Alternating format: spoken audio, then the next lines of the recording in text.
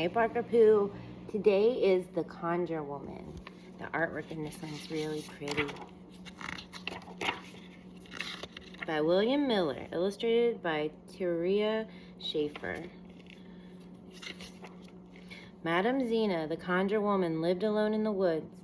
Her house had no windows, and the door was always shut. Gourds and other vines hung down from her roof. A crow made its nest in her chimney.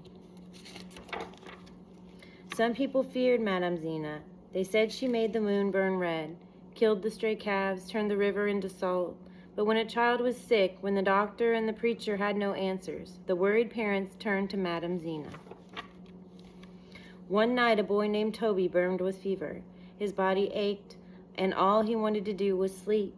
His mother and father carried him from their cabin through the freezing night woods all the way to the Conjure Woman's house.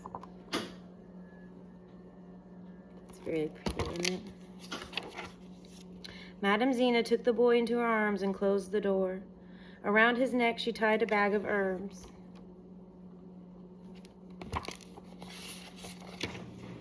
Around them both she drew a circle, and then she sang a song, strange words, soft music into his ear. Together they flew through the night.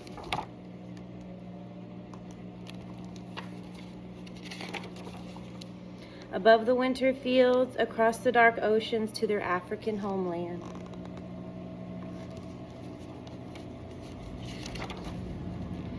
In a village beside a stream, Toby met his ancestors. There were chiefs and princesses, wise men and beggars, children hiding behind their mothers' skirts.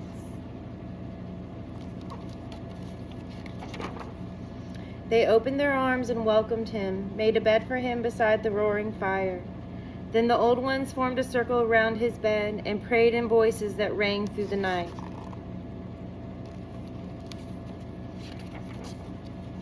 A tall man brushed his face with a bright green feather. Another cooled his skin with oil from a coconut. A girl no bigger than Toby gave him a cup of strong black tea. It tasted of sweet gum and pepper, roots that grew in the wild forest.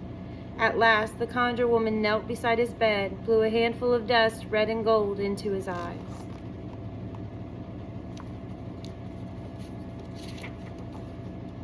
Toby looked around the circle, saw himself reflected in the eyes of all of his people. He felt strong again, strong enough to get up from his bed, touch the face of the ones who healed him. Toby held tight and waved goodbye as he and the Conjure Woman rose above the fire.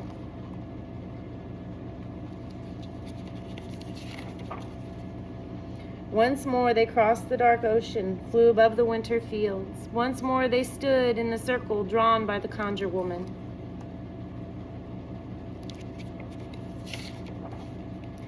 Madame Zena opened the door of her house. His parents took the boy from her arms, kissed his smiling face. Toby tried to tell them about his journey, about the ocean and the village and the ones who healed him. But they didn't hear. They were only glad to have him back, safe and well again.